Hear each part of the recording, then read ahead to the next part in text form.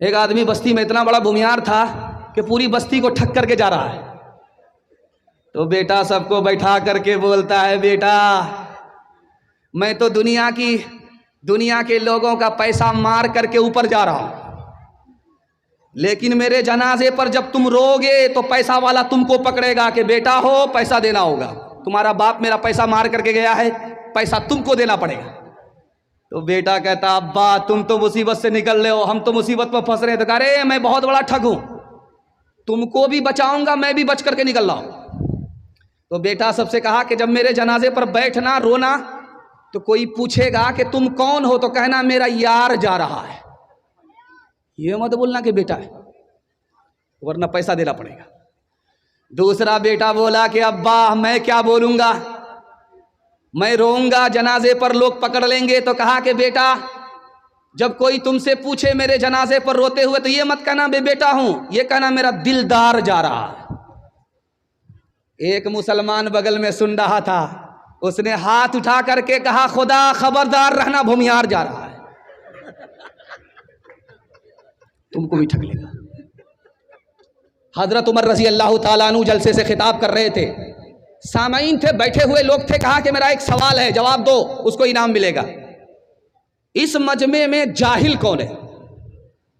किसी के पास जवाब नहीं। इस मजमे में कौन जाहिल है बता दे। तो दूर से एक जवान खड़ा हुआ और करीब आकर के बोला कि हजरत इजाजत दीजिए मैं जवाब देता हूं। कहा कि बेटा जवाब दो, इस मजमे में जाहिल कौन है?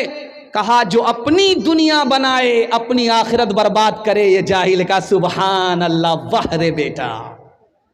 हम लोग क्या समझते हैं, जो अंगूठा टेक है, पढ़ा लिखा नहीं है, वो जाहिल है। जाहिल उसको नहीं कहते, इस्लाम में जाहिल उसको कहते हैं जो अपनी दुनिया बनाए अपनी आखिरत बर्बाद करे, ये जाहिल है। तो हजरत उमर ने कहा, वाह रे बेटा, बहुत अच्छा जवाब दिया, दूसरे सवाल का जवाब दो। इस मजमे में सबसे बड़ा जाहिल कौन है?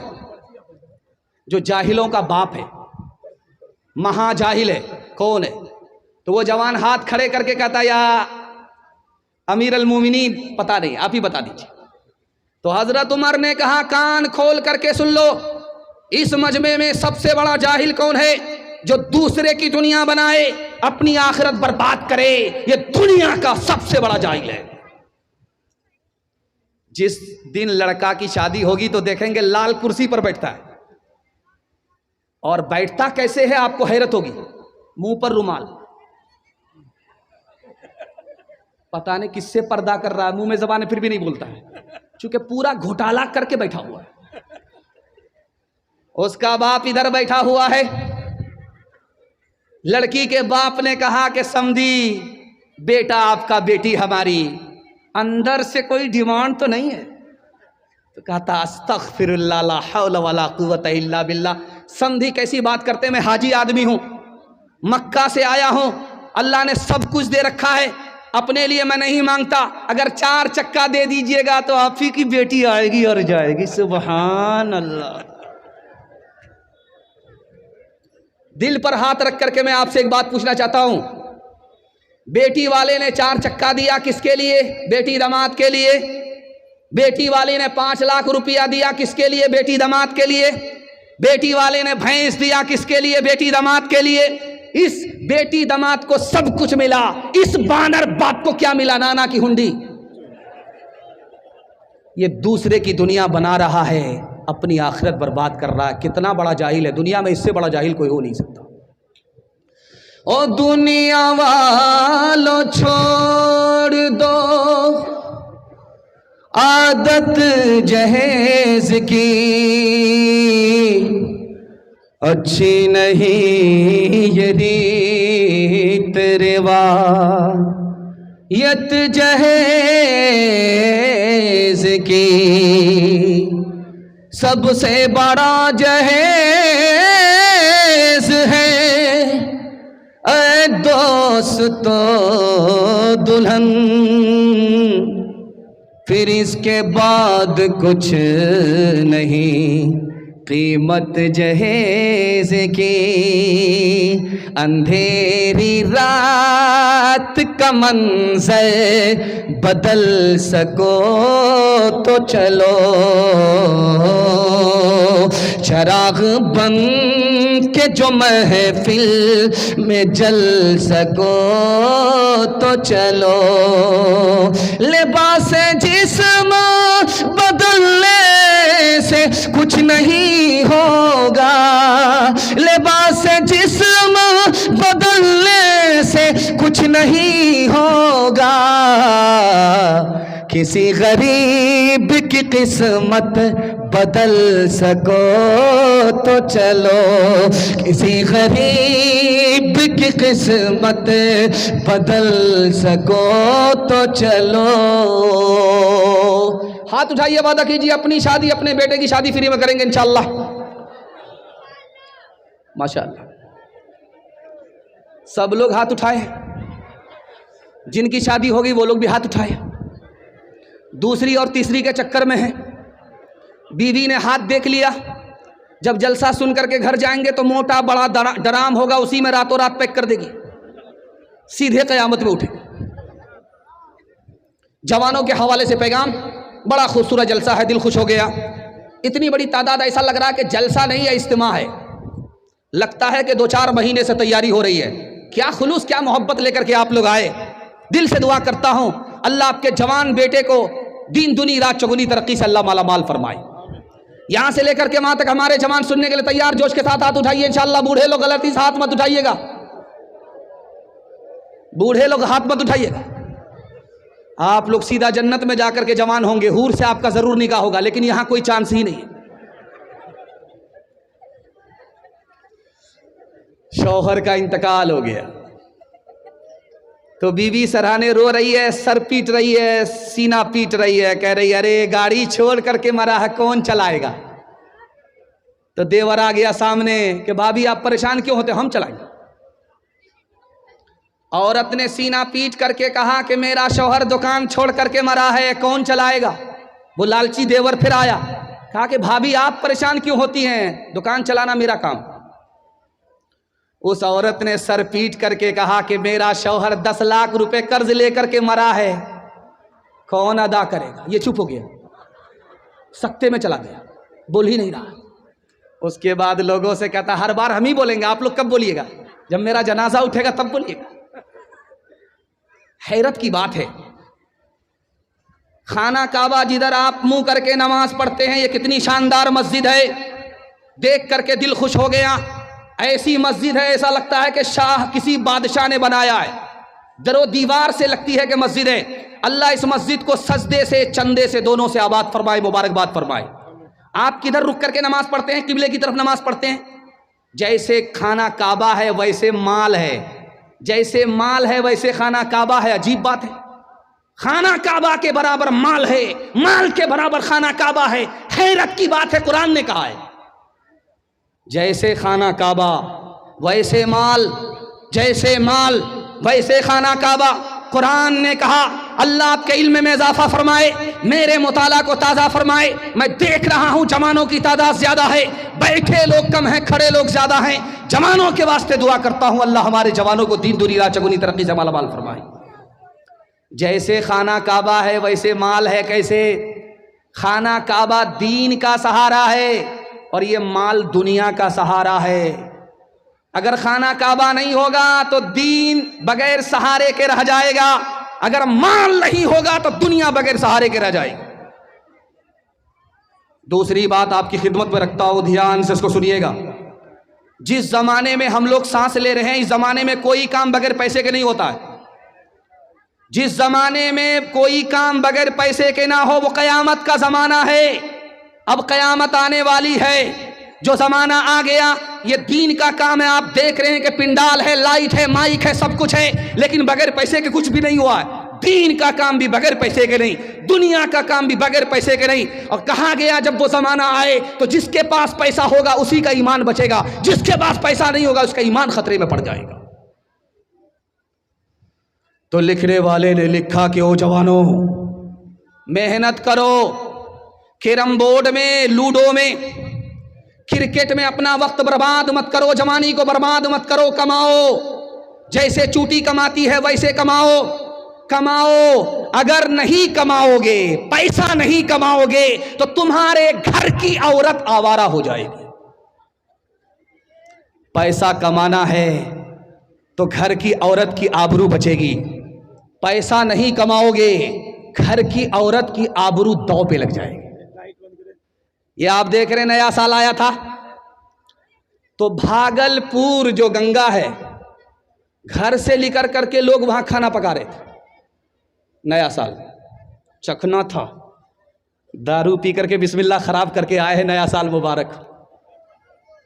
4 जवान गए, हांडी लिया, चावल लिया, दाल लिया, गोश्त लिया, गए पकाने के लिए। तो 4 जवान खाना पकाने के लिए तैयारी कर रहे हैं। एक जवान से कहा कि लकड़ी काट करके लाओ, तो कहता पाँव में दर्द है। कहा मसाला पीस दो, कहा हाथ में दर्द है। कहा कि जरा सालन चख करके बताओ कि कच्चा है कि पक्का है। कहा कि सर्दी है। जब खाना पक करके तैयार हो गया तो कहा गया थोड़ा सा आकर के खा लो। अब बार बार इनकार करना अच्छा नहीं लगता है, जब कह रहे हो खाने के लिए रखा। कभी ऐ नौजवान मुस्लिम तदब्बुर भी किया तूने, वो क्या गर्दू था जिसका तो एक टूटा हुआ तारा। तुम्हें उस कौम ने पाला है, आओ शे मोहब्बत में कुचल डाला था जिसने पाँव से ताजे सरे दारा। सबक पढ़ फिर सदाकत का, अदालत का, शुजात का। सबक पढ़ फिर सदाकत का, अदालत का, शुजात का। लिया जाएगा तुझसे काम दुनिया की इमामत का। लिया जाएगा तुझसे काम दुनिया की इमामत का। बहुत दूर तक आप जलसा सुन रहे, बड़ी मोहब्बत में डूब करके सुन रहे। मैं मुसाफिर हूँ, मेहमान हूँ, आपके वास्ते दुआ करता हूँ। अल्लाह आपके घर के झगड़े को घर में ख़त्म फरमाए और आसमान की बुलंदी आपको अता फरमाए। आप हमको आंख फाड़ फाड़ करके ऐसे देख रहे हैं, मुझको डर लगता है कहीं आपकी नज़र न लग जाए। लेकिन मैं भी चालाक आदमी हूँ, दम करके बैठा हूँ। लगाइए कितनी नज़र लगाते हैं आप। हट्ठा कट्ठा उल्लू का पट्ठा, सीना तान करके सर उठा करके रास्ते पर चल रहा है। एक बूढ़े को ठोकर लग गई तो बूढ़े से कहता, ओ चचा तुम्हें पता नहीं मैं कौन हूं। उस बूढ़े का जवाब सुनिए, 100 चोट सोनार की, 1 चोट लोहार की। उस बूढ़े ने कहा, अरे मैं जानता हूं कि तुम कौन हो, तुम्हारे आगाज को भी जानता हूं, तुम्हारे अंजाम को भी जानता हूं, और तुम्हारा दरमियान क्या है उससे भी मैं बेखबर नहीं। तेरा आगाज ये है कि तू नापाक नुतफे से पैदा हुआ है। कपड़े में लग जाए तो कपड़ा नापाक, नजर पड़ जाए तो घिन लगे, उस नापाक नुतफे से तू पैदा हुआ है। तेरा ये आगाज है और तेरा अंजाम ये होगा कि जब तेरी रूह निकलेगी, मरेगा, तो तुमको जमीन के नीचे जगह मिलेगी, जमीन के ऊपर नहीं। कुत्ते से भी बदतर तुम्हारा अंजाम होगा। कुत्ते को जमीन के ऊपर जगह मिलती है, तुमको जमीन के ऊपर भी जगह नहीं मिलेगी। ये तेरा अंजाम है। और दरमियान ये है कि 5-5 किलो पखाना तुम्हारे पेट में है। ये अल्लाह की कुदरत है कि उसने तुम्हारे पेट को समेट करके रखा है। अगर वो खोल दे तो एक आदमी बदबू की वजह से तुम्हारे पास ना रुके। अभी लोग दौड़े दौड़े भागे भागे कहाँ आते हैं, झाड़ फूक करने वाले के पास, और क्या कहते हैं कि मेरा कारोबार फेल हो गया, किसी ने कर दिया है। मेरा कारोबार अच्छा चल रहा था, चल नहीं रहा है, बंद हो गया। पड़ोसी ने कुछ कर दिया है, जादू कर दिया है, भाई ने जादू कर दिया है, पड़ोसी ने कुछ कर दिया है। आज आपकी गलतफहमी को मैं दूर कर रहा हूं। अल्लाह से दुआ करता हूं, अल्लाह आपके ईमान की हिफाजत फरमाए, आपके कुरान की हिफाजत फरमाए। 2 चीज़ों पर जादू का असर होता नहीं। 2 चीज़ों पर जादू का असर होता नहीं है।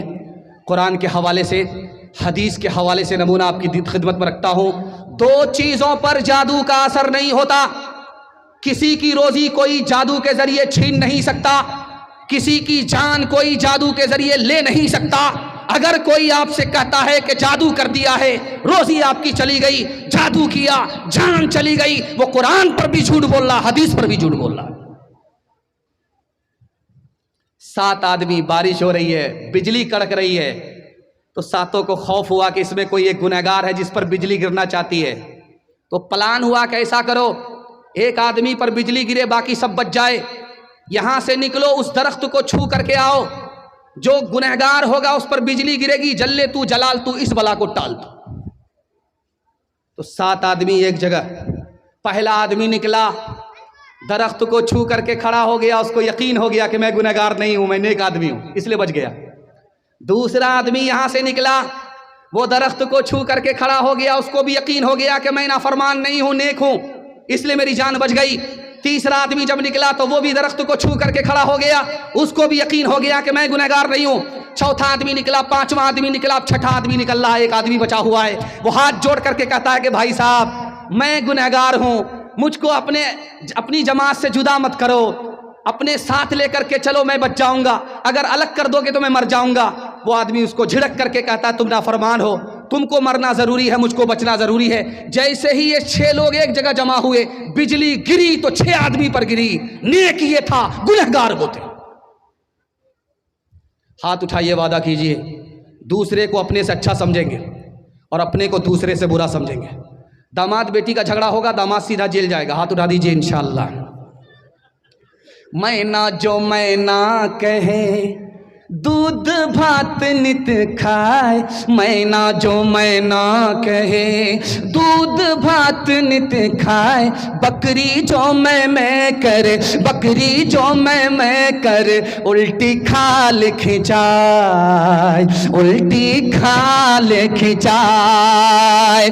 लकड़ी जल कोयला भई, कोयला जल भयो राख, लकड़ी जल कोयला भई, कोयला जल भयो राख, मैं पापिन ऐसी जली, मैं पापिन ऐसी जली, कोयला भई न राख, कोयला भई न राख। बुरा जो देखन में चला, बुरा न मिलिया कोई, जो दिल खोजा अपना, जो दिल खोजा अपना, मुझसे बुरा न कोई, मुझसे बुरा न कोई।